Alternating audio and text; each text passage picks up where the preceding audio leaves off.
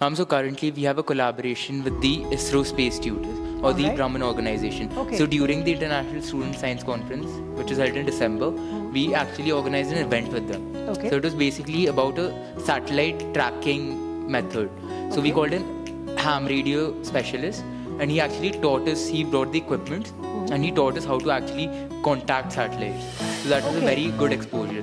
And like currently also we are planning a lot of new activities. For example, we have ordered model rockets and we are actually using this 3D printer that a school has to create our own 3D rocket That's and launch it. interesting. Yes, sir. So like basically we ordered the model rockets and we are studying that to create a parachute deployment system as well. So once it launches up to like 100 or 300 feet, we can actually retrieve the satellite, the rocket. And we are actually building the entire setup in-house.